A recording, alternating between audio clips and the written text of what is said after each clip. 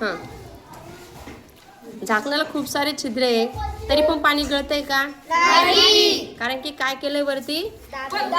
हा, वरती जे होल आहे ते होल तुम्ही काय केलं? आता आता हात काढ. हा, मग काय गळतं कारण सांगा.